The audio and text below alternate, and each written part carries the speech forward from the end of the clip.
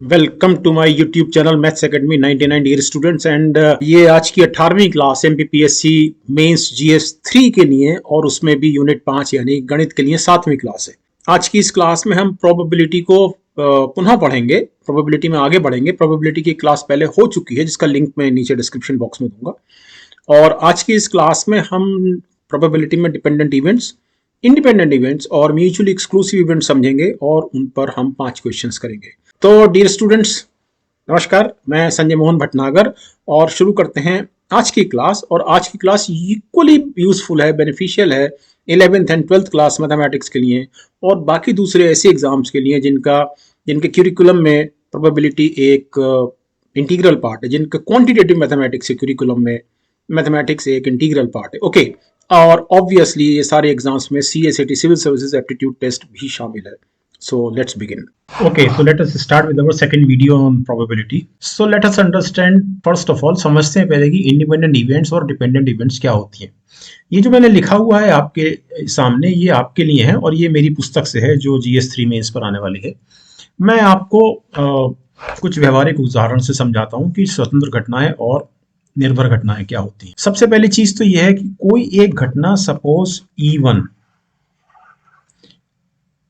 के होने से घटना E2 के होने पर यदि कोई प्रभाव नहीं डालता तो ये दोनों इवेंट जो हैं वो इंडिपेंडेंट इवेंट कहलाती हैं।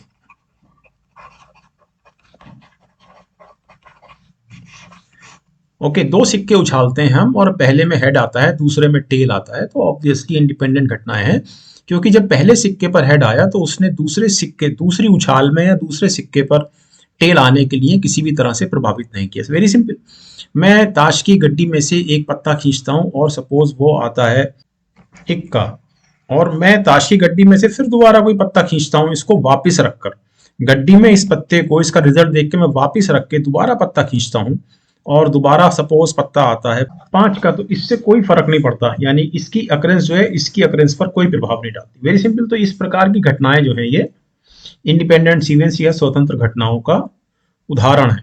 और अगर हम डिपेंडेंट इवेंट्स की बात करें तो फिर से पत्ते का उदाहरण लेते हैं कि मैंने ताश की गड्डी में से एक पत्ता खींचा, फॉर एग्जांपल वो आया इक्का, और मैंने इसको रिप्लेस नहीं किया, मतलब मैंने गड्डी में नहीं रखा, इसको रिप्लेस नहीं किया। अब मैंने दोबारा पत्ता खींचा,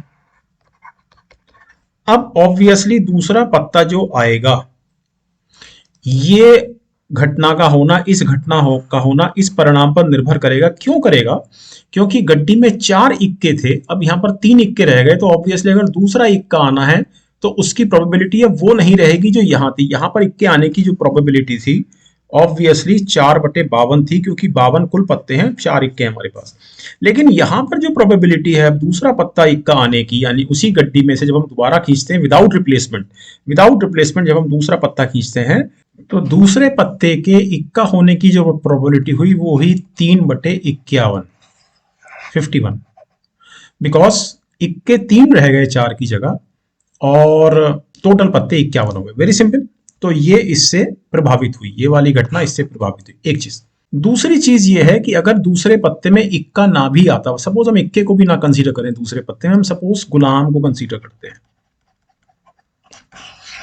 तो देयर आर 4 गुलाम है ना, तो यहां पर एक गुलाम के खींचने की जो प्रोबेबिलिटी होती वो होती 4/51, करेक्ट। अब यहां पर जो टोटल आउटकम है 52 है, इस वाली इवेंट में टोटल आउटकम 51 है, तो अब निश्चित रूप से ये वाली जो घटना है, जो घटना E2 है, ये निर्भर कर रही है घटना E1 की अकरेंस पर, क्योंकि हमने पत्ते को रिप्लेस नहीं किया। Very simple. ओके, हमेशा ध्यान रखिए कि जब दो घटनाएं चाहे वो डिपेंडेंट हो या इंडिपेंडेंट हो, तो जो परिणामी घटना है, जो रिजल्टेंट घटना है, जैसे यहां पर ये घटना थी कि पहले पत्ते में इक्का, दूसरे पत्ते में भी इक्का, फॉर एग्जाम्पल, तो जो परिणामी घटना है उस घटना को हम और लगाकर लिखते हैं या एंड लगाकर लिखते हैं, मतलब मैं इसको लिखूंगा PE1 एंड E2, और हिंदी में और, है ना। सिंबॉलिकली हम इसको इंटरसेक्शन के साइन से भी लिखते हैं, and this is always equal to दोनों घटनाओं की प्रोबेबिलिटी का गुणनफल। और इसी को मैं एक्सटेंड कर देता हूं n नंबर ऑफ इवेंट्स पर, ये e होना चाहिए और ये भी e होना चाहिए। Okay, n number of events में मैं इसको एक्सटेंड कर देता हूं कि अगर मेरे सामने n number of independent events हैं या डिपेंडेंट इवेंट्स हैं, तो जो नेट प्रोबेबिलिटी, नेट घटना की जो प्रोबेबिलिटी निकलेगी वो इन सब डिपेंडेंट या इंडिपेंडेंट घटनाओं की प्रायिकता की या प्रोबेबिलिटी का गुणनफल होगा। Simple. So this is as simple as that. ये सबसे आसान पोर्शन है प्रोबेबिलिटी में, जहां पर आपको दो निर्भर या स्वतंत्र घटनाएं यानी कि डिपेंडेंट या इंडिपेंडेंट घटनाएं दी गई हैं, और रिजल्टेंट प्रोबेबिलिटी जो होती है, रिजल्टेंट घटना की जो प्रोबेबिलिटी होती है वो हमेशा इन दोनों कॉन्स्टिट्यूएंट घटनाओं की प्रोबेबिलिटी के गुणनफल के बराबर होती है। तो अब हम शुरू करते हैं क्वेश्चंस। ओके, अब इस क्वेश्चन को देखते हैं। ताश के 52 पत्तों के एक पैकेट से 2 कार्ड यादृच्छिक और बिना प्रतिस्थापन यानी रिप्लेस नहीं किया गया। जब पहला कार्ड खींचा पत्ते से, तो उस कार्ड को गड्डी में दोबारा नहीं रखा गया, तो बिना प्रतिस्थापन के विदाउट रिप्लेसमेंट खींचे जाते हैं। दोनों कार्डों के काले रंग के होने की क्या प्रोबेबिलिटी है? ये बहुत आसान सवाल है, 3 मार्क्स का। तो सबसे पहले काले रंग के कार्ड की प्रोबेबिलिटी देखिए, P black colour card, black card है ना। तो अब हमारे पास ब्लैक कार्ड है 26, करेक्ट, और टोटल कार्ड से 52, तो ब्लैक कार्ड आने की प्रोबेबिलिटी हाफ, करेक्ट। अब दोनों कार्ड ब्लैक होने की, तो ये पहली बार जब हमने ब्लैक कार्ड निकाला तो ऑब्वियसली उसकी जो प्रोबेबिलिटी थी यानी E1, पहला कार्ड ब्लैक, तो मैं लिख देता हूं E1 मतलब फर्स्ट ब्लैक कार्ड, करेक्ट। तो इसकी प्रोबेबिलिटी 1/2, करेक्ट। अब दूसरा ब्लैक कार्ड, तो इसको हम E2 लिख देते हैं, सेकंड ब्लैक कार्ड। ओके, इसकी प्रोबेबिलिटी,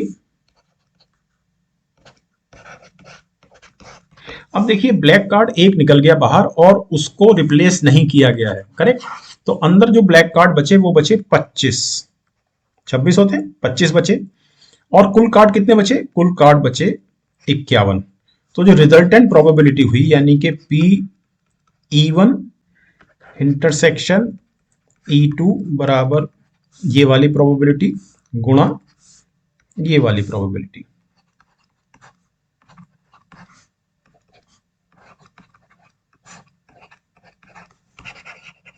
बस इतना करने पर आपको 3 में 3 मार्क्स मिलने। Okay, simple, very simple.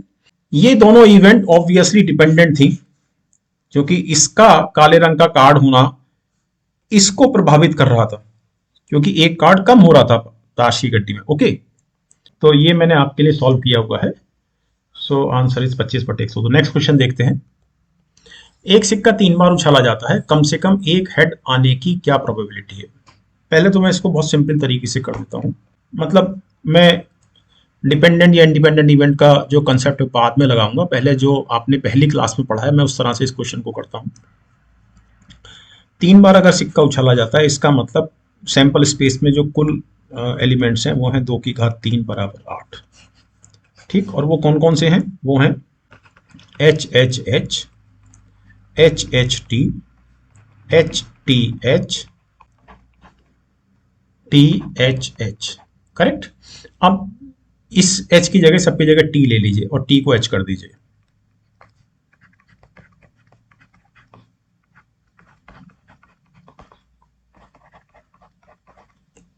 Simple.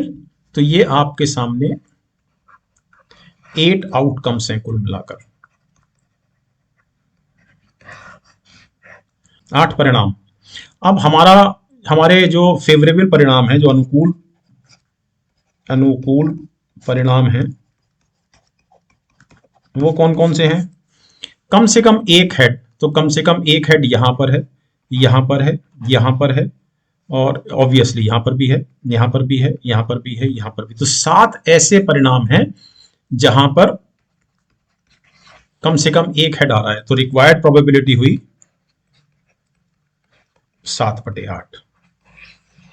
Simple. एक तरीका ये उस तरीके पर बेस्ड है जो मैंने आपको पहली क्लास में कराया था। ओके, दूसरा तरीका देखिए, एक बेसिक कंसेप्ट समझिए दूसरे तरीके के लिए। इस बात की प्रोबेबिलिटी कि एटलीस्ट 1 हेड आए it is equal to 1 minus कोई हेड ना आए। हमेशा ध्यान रखिए प्रोबेबिलिटीज का सम जो है किसी भी अनुप्रयोग से जुड़ी हुई जितनी भी घटनाएं हो सकती हैं उन सब का सम हमेशा एक होता है। ओके, अब यहां पर इसके संदर्भ में हमारे पास दो घटना है कि या तो कम से कम एक हेड आता है या कोई हेड नहीं आता है। ठीक, ऑब्वियसली एटलीस्ट वन हेड, ये माइनस इधर आ जाएगा प्लस होकर, प्लस नो हेड, इन दोनों की प्रोबेबिलिटी रहेगी 1। तो हमको ये चाहिए एटलीस्ट वन हेड आए, इसकी क्या प्रोबेबिलिटी है? तो 1 minus probability of no head, यानी एक भी हेड ना आए। तो एक भी हेड ना आए इसकी प्रोबेबिलिटी सिर्फ यहां से निकलेगी, अर्थात 1/8, क्योंकि ये एक ही आउटकम है जिसमें एक भी हेड नहीं है, अर्थात 7/8। सिंपल।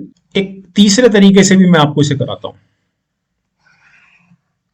वहां पर मैं यही वाला कंसेप्ट उठाऊंगा, ये वाला नहीं हेड आने की प्रोबेबिलिटी, यानी कि नहीं हेड आने की प्रोबेबिलिटी यानी टेल आने की प्रोबेबिलिटी एक उछाल पर 1/2। करेक्ट।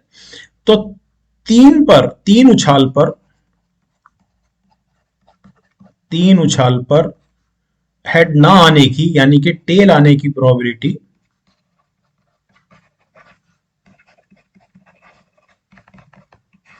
बराबर 1/2 की घात 3, अर्थात 1/8। अब आपको ये मैं समझाता हूं मैंने पावर 3 क्यों लगाया, लेकिन एनीवे 3 उछाल पर टेल आने की यानी कि नो हेड, मैं लिख भी देता हूं ब्रैकेट में, no head that is tail. अब मैं एक में से 1/8 माइनस कर दूंगा, 1 माइनस पी नो हेड, तो नो हेड की प्रोबेबिलिटी 1/8 है, तो 1/8 को मैं एक में से माइनस करूंगा तो 7/8 आएगा। अब आपका यहां पर ये सवाल हो सकता है, तीन उछाल पर टेल आने की, निरंतर टेल आने की प्रोबेबिलिटी के लिए हमने 1/2 पर पावर 3 क्यों लगाया? इसको मैं बहुत क्विकली आपको समझाता हूँ। नेक्स्ट पेज पे लेते हैं, फिर मैं आपको समझाता हूँ। देखिए, पहली बार में आपने सिक्का 3 बार उछाला, पहली बार में टेल आने की प्रोबेबिलिटी 1/2, दूसरी बार में भी टेल आने की प्रोबेबिलिटी 1/2, और तीसरी बार में भी टेल आने की प्रोबेबिलिटी 1/2। लेकिन यहां पर टेल आना, यहां पर टेल आना, यहां पर टेल आना, इन तीन घटनाओं में ये तीनों इंडिपेंडेंट इवेंट है ना, स्वतंत्र घटनाएं हैं। इसका मतलब इन तीनों में गुणा होगा, इसलिए ये 1/2 की power 3। Point is clear? Next question. अच्छा, ये भी मैंने सॉल्व किया हुआ है आपके लिए। सॉल्व बेसिकली जो मैं बार बार बताता हूं, जो किताब अभी आएगी मेरी GS3 मेंस के लिए, वहां से मैंने कॉपी पेस्ट लिए हैं। Okay, next. अच्छा, अब नया कंसेप्ट कि म्यूचुअली एक्सक्लूसिव इवेंट्स क्या होती हैं। मैं आपको डिपेंडेंट और इंडिपेंडेंट इवेंट पर मैं बाद में भी निश्चित रूप से एक और क्लास लूंगा अभी, लेकिन अभी आज हम दो चीज़ें कर रहे हैं, डिपेंडेंट इवेंट, इंडिपेंडेंट इवेंट, और दूसरा म्यूचुअली एक्सक्लूसिव। और इन दोनों कॉन्सेप्ट्स के लिए, रादर तीनों कॉन्सेप्ट्स के लिए हम कुल मिलाकर आज 5 क्वेश्चंस करेंगे। तो नेक्स्ट क्लास जो होगी प्रोबेबिलिटी की, उसमें सिर्फ एक्सरसाइज होगी। तो आज की क्लास ज़्यादा बड़ी ना हो जाए, इसलिए मैंने 5 ही क्वेश्चन रखे और आपको कंसेप्ट समझाने की कोशिश की है। ओके, तो मैं आपको समझाता हूँ म्यूचुअली एक्सक्लूसिव इवेंट्स। तो म्यूचुअली एक्सक्लूसिव इवेंट्स या परस्पर अपवर्जित घटनाएं क्या होती हैं? जब कोई एक घटना का होना दूसरी घटना के होने को रोक दे, डिबार कर दे, बाधित कर दे, तो ऐसी दो घटनाएं पारस्परिक अपवर्जित घटनाएं या म्यूचुअली एक्सक्लूसिव इवेंट्स कहलाती हैं। फॉर एग्जाम्पल, एक घटना है से E1 और एक दूसरी घटना है E2। E1 का होना E2 के होने को रोकता है, या E2 का होना E1 के होने को रोकता है, अर्थात या तो घटना E1 हो सकती है या घटना E2 हो सकती है। तो ऐसी घटनाएं, जब दो घटनाओं में से कोई एक ही घटना हो सके, तो ये दोनों घटनाएं म्यूचुअली एक्सक्लूसिव या पारस्पर अपवर्जित घटनाएं कहलाती हैं। ओके, उदाहरण के लिए बड़ा सिंपल सा उदाहरण ये कि यदि आप सिक्का उछालते हैं, कोई कॉइन को टॉस करते हैं, तो या तो हेड आ सकता है या टेल आ सकता है। तो हेड आना या टेल आना सिक्के के उछालने पर ये आपस में अपवर्जित घटनाएं हैं या म्यूचुअली एक्सक्लूसिव इवेंट्स हैं, क्योंकि या तो हेड आएगा या टेल आएगा। सिंपल। सपोज हमारे पास दो इवेंट हैं, फॉर एग्जांपल एक E है और एक दूसरी इवेंट है F, और ये दोनों म्यूचुअली एक्सक्लूसिव इवेंट है। तो E इवेंट की प्रोबेबिलिटी PE है, F इवेंट की प्रोबेबिलिटी PF है। तो ऐसी घटना जो इन दोनों घटनाओं की परिणामी घटना है, तो उस घटना की प्रोबेबिलिटी जिसको हम लिखते हैं PE यूनियन F, ये होती है P of E plus P of F। ये मैं आपको एक उदाहरण से समझाता हूं। सिक्का उछालने पर हेड आने की प्रोबेबिलिटी हाफ और टेल आने की प्रोबेबिलिटी भी हाफ। तो किसी सिक्का उछालने पर हेड या टेल आने की probability equal to half plus half equal to one. Obviously जब आप सिक्का उछालेंगे तो हेड या टेल में से कोई ना कोई आएगा ही आएगा, तो इसलिए इसकी प्रोबेबिलिटी हुई एक। सिंपल। अगर हमारे पास इस तरह की n घटनाएं हैं जो आपस में अपवर्जित घटनाएं हैं या म्यूचुअल एक्सक्लूसिव इवेंट्स हैं, तो नेट घटना की प्रोबेबिलिटी होती है प्रत्येक घटना की प्रोबेबिलिटीज का सम। सिंपल। अब मैं आपको इस म्यूचुअल एक्सक्लूसिव इवेंट्स के कंसेप्ट को थोड़ा क्वेश्चन से समझाता हूं। एक प्रश्न मैं आपके सामने करता हूं, तब आपको इसमें ज्यादा क्लैरिटी आएगी। So let's do the question. दो सिक्के एक साथ उछाले जाते हैं, अधिक से अधिक यानी कि एटमोस्ट एक हेड या एक चित आने की प्रायिकता या प्रोबेबिलिटी क्या है। अभी जो क्वेश्चन किया था आपने लगभग इसी तरह का, वो था सेकंड क्वेश्चन जो किया था कि एक सिक्का 3 बार उछाला जाता है, कम से कम एक हेड आने की क्या संभावना है या क्या प्रोबेबिलिटी है। यहां पर है कि अधिक से अधिक एक हेड आने की क्या प्रोबेबिलिटी है। दो सिक्के एक साथ उछाले जाते हैं तो at most one head in two coins are toss together. ये हो सकता है कि नो हेड, कि एक भी हेड ना आए, या वन हेड। इसके अलावा तो कुछ हो नहीं सकता। अब या तो ऐसे होगा या ऐसे होगा, या तो कोई भी हेड नहीं आएगा या एक हेड आएगा। इसका मतलब इसकी प्रोबेबिलिटी और इसकी प्रोबेबिलिटी का सम हमारा परिणामी आंसर होगा। सिंपल। अब कोई भी हेड नहीं आएगा, ये कैसे संभव है कि टेल टेल दोनों बार टेल टेल आए, ये एक ही तरीके से संभव है। तो इसकी प्रोबेबिलिटी वन हेड कैसे आएगा कि या तो एक हेड है एक टेल हो एक हेड एक टेल, या एक टेल हो एक हेड हो। अब ये दोनों फिर से म्यूचुअल एक्सक्लूसिव इवेंट्स, तो यहां प्लस लगेगा, यानी कि रिजल्टेंट प्रोबेबिलिटी हुई पी टी और टी, यानी कि पहली बार टेल फिर दूसरी बार टेल, यानी कि 1/2 गुणा 1/2 अर्थात 1/4, प्लस हेड और टेल, यानी हेड की 1/2 टेल की 1/2, क्योंकि हेड आना और टेल आना दूसरे पहले उछाल पर हेड आना या पहले सिक्के में हेड आना दूसरे में टेल आना आपस में इंडिपेंडेंट इवेंट है, गुणा हो जाएगा। अब ये और लगा हुआ है, प्लस लगेगा, पहले टेल हाफ प्रोबेबिलिटी, दोबारा दूसरे दूसरे सिक्के में हेड हाफ प्रोबेबिलिटी, लेकिन ये इंडिपेंडेंट इवेंट है, गुणा लगेगा। So the answer is 1/4, 1/4 plus 1/4 means 3/4। Simple. अब मैं इसको एक और तरीके से आपके सामने करता हूं, जो रादर सिंपल तरीका है, और उसमें मैं ये जो कंसेप्ट है हमारा म्यूचुअली एक्सक्लूसिव इवेंट्स का, ये मैं नहीं लगाऊंगा। तो जब दो सिक्के एक चाल उछाले जाते हैं तो हमारा सैंपल स्पेस बनता है H H, H T, T H, T T. अधिकतम एक हेड यहाँ पे, यहाँ पे, यहाँ पे। तो हमारे पास इस सैंपल स्पेस में कुल मिला के 4 आइटम है या 4 आउटकम है, इसमें से 3 हमारे फेवरेबल हैं। तो हेड और टेल की प्रोबेबिलिटी 1/2 गुणा 1/4, 1/2 गुणा 1/2, 1/4, 1/2 गुणा 1/2, 1/4, 1/2 गुणा 1/2, 1/4। You got my point. Head की प्रोबेबिलिटी 1/2, टेल की प्रोबेबिलिटी 1/2, इंडिपेंडेंट इवेंट गुणा हो गया।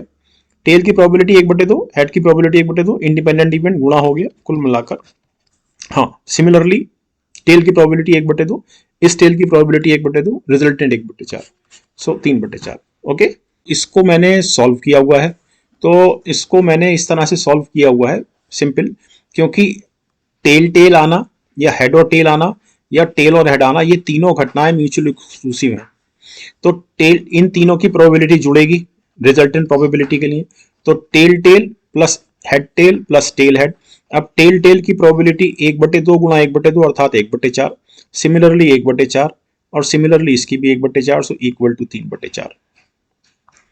एक दूसरा तरीका क्या है जो मैंने आपको ये पहले भी समझाया है कि अधिक से अधिक एक चित या एक हेड आने की बात आ रही है, इसलिए आप इसमें कर दें 1 minus probability of both head. Okay, तो 1 minus probability of both head, so it is 1/2 गुणा 1/2 अर्थात 1/4, तो 1 minus 1/4 equal to 3/4। Simple. Next question, एक आदमी और उसकी पत्नी एक ही पद पर दो रिक्तियों के लिए एक साक्षात्कार में उपस्थित होते हैं, यानी 1 पोस्ट 2 वैकेंसीज, करेक्ट। अब हस्बैंड के चयन की जो प्रायिकता या प्रोबेबिलिटी है वो 1/7 है और पत्नी के चयन की प्रोबेबिलिटी 1/5 है। क्या प्रोबेबिलिटी है कि उनमें से केवल एक का चयन होगा? निश्चित रूप से इंपॉर्टेंट सवाल है और एक बहुत अच्छा सवाल है। अब एक्चुअली इस वाले क्वेश्चन में independent event and mutually exclusive event दोनों लगी हुई है। कैसे लगी हुई है? Just try to understand. केवल एक का चयन होगा तो या तो हस्बैंड का चयन होगा, वाइफ का चयन नहीं होगा। एक इवेंट, अब ये आपस में ये दोनों इवेंट इंडिपेंडेंट इवेंट है। हस्बैंड का चयन होना, वाइफ का चयन ना होना, ये इंडिपेंडेंट इवेंट है। या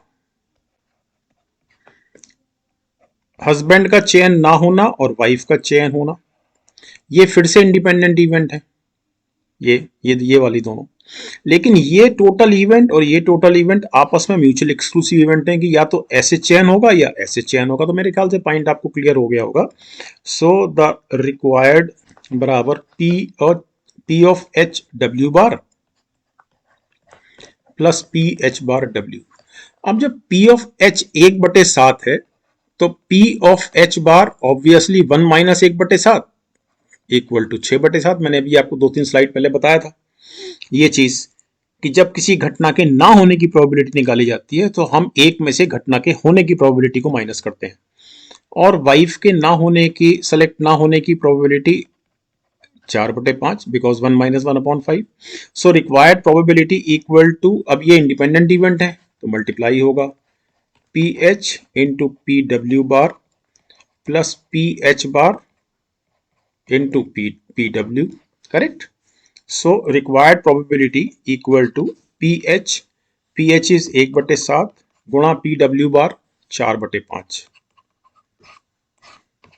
प्लस 6/7 H का सिलेक्शन ना होना ये, गुणा 1 माइनस 4/5 यानी 1/5 अर्थात वाइफ का सिलेक्शन होना ये।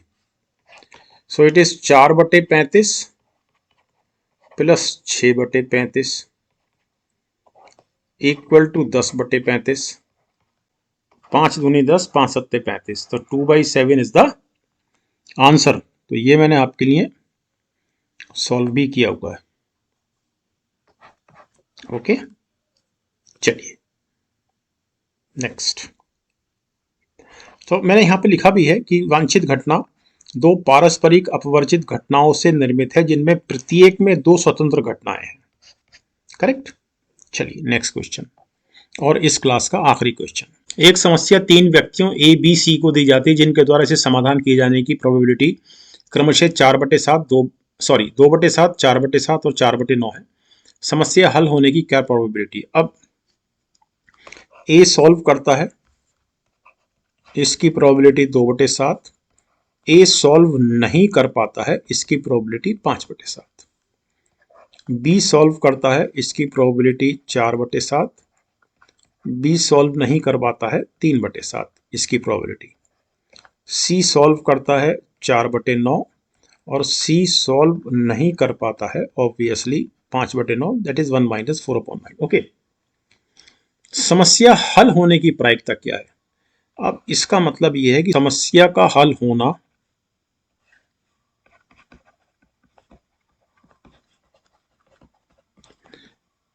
एवं समस्या का हल ना होना ये आपस में एक्सक्लूसिव या म्यूचुअली एक्सक्लूसिव इवेंट है। ओके, और इसके अलावा एक्सपेरिमेंट यानी कि समस्या को हल किए जाने वाले एक्सपेरिमेंट के की जो दो घटनाएं हैं ये एक्सक्लूसिव है दोनों घटनाएं, है ना। तो यानी कि प्रोबेबिलिटी ऑफ समस्या का हल होना, यानी कि मैं इसको सॉल्व लिख देता हूं, प्लस समस्या अनसॉल्व रह जाना, इनका टोटल 1। तो समस्या हल होना यानी कि P solve equal to 1 minus P unsolve. Okay, अब अनसॉल्व कैसे रहेगी कि ना तो ये सॉल्व कर पाए, ना ये सॉल्व कर पाए, ना ये सॉल्व, मतलब ना तो ए ना बी ना सी सॉल्व कर पाए। ए सॉल्व ना कर पाए, इसकी प्रोबेबिलिटी 5/7 गुणा बी सॉल्व ना कर पाए, प्रोबेबिलिटी 3/7, सी सॉल्व ना कर पाए 5/9। गुणा इसलिए किया क्योंकि ये तीनों जब एक साथ होंगे तो इंडिपेंडेंट इवेंट होंगे। सो इट इज 1 माइनस 5×5 = 25 या 75 और 7×7 = 49 और 49 गुणा 9, 9×9 = 81, 9×6 = 36 और 8 = 44 बराबर 441 माइनस 75 अपॉन 441। 11 में से 5 गया 6, 13 में से 7 गया 6, 3 अपॉन 441। अब ये दोनों 3 से कटेंगे क्योंकि 6 और 3 9 और 6 15, 3 से कटता है, 4 और 4 8 और 1 9, ये भी 3 से कटता है। तो आंसर हुआ हमारा 3 एकम 3 122 और 3 एकम 3 3 चौक 12 3 सत्ते 21। सिंपल। अदरवाइज मैंने यहाँ ध्यान नहीं दिया, अदरवाइज इसको यहीं से उतार रहा हूँ। 1 माइनस इस 3 ने इस 3 को 9 को 3 बार काटा तो 5×5 = 25 और ये 3 रह गया, 7×7 = 49 और 49 दिया 147, so it is 122 upon 147। Simple, क्योंकि ये 3 इस 9 को 3 बार काट रहा है। ओके, सो ये आपके लिए सॉल्व भी किया हुआ है बिल्कुल उसी तरीके से। अब यहाँ पर एक चीज़ और है, अब आप ये कहेंगे कि यहाँ पर म्यूचुअली एक्सक्लूसिव कहाँ से आया इस वाले क्वेश्चन में। Just try to understand one thing, आखिरी क्वेश्चन है, मैं आपका 1 मिनट और लूँगा आपको म्यूचुअली एक्सक्लूसिव इवेंट समझाने के बाद। क्वेश्चन मैंने उसके बाद क्यों लिया, तो मैं आपको बताता हूँ कि इसमें म्यूचुअली एक्सक्लूसिव इवेंट्स कैसे बनती हैं। जस्ट ट्राई टू अंडरस्टैंड कि समस्या हल की जानी है। समस्या हल कैसे होगी कि ए बी सी तीनों हल कर दें। मैं बीच में गुणा नहीं लगा रहा हूँ, इसको गुणा ही समझे आप। गुणा इसलिए लगेगी कि ए का हल करना, बी का हल करना, सी का हल करना इंडिपेंडेंट इवेंट है। या के लिए मैं प्लस लगा देता हूँ क्योंकि म्यूचुअल एक्सक्लूसिव होगा, क्योंकि या तो ऐसे होगा या ऐसे होगा कि ए सॉल्व कर दे, बी सॉल्व कर दे, सी सॉल्व ना करे, या ए सॉल्व कर दे, बी सॉल्व ना करे, सी सॉल्व कर दे, या ए सॉल्व ना करे, बी सॉल्व कर दे, सी सॉल्व कर दे, या ए सॉल्व कर दे, बी ना कर पाए, सी ना कर पाए, या ए और बी दोनों सॉल्व ना कर पाए, सी सॉल्व कर दे, या ए सॉल्व ना कर पाए, बी सॉल्व कर दे और सी सॉल्व ना कर पाए। सिंपल। अब हम जानते हैं कि पी ए इक्वल टू 2/7, तो P not A equal to 5/7, P B equal to 4/7, तो P not B equal to 3/7, P C equal to 4/9, तो P not C equal to 5/9। बस अब हमें इसको सॉल्व कर देना है, तो मैं यहाँ पी लिख देता हूं। करेक्ट।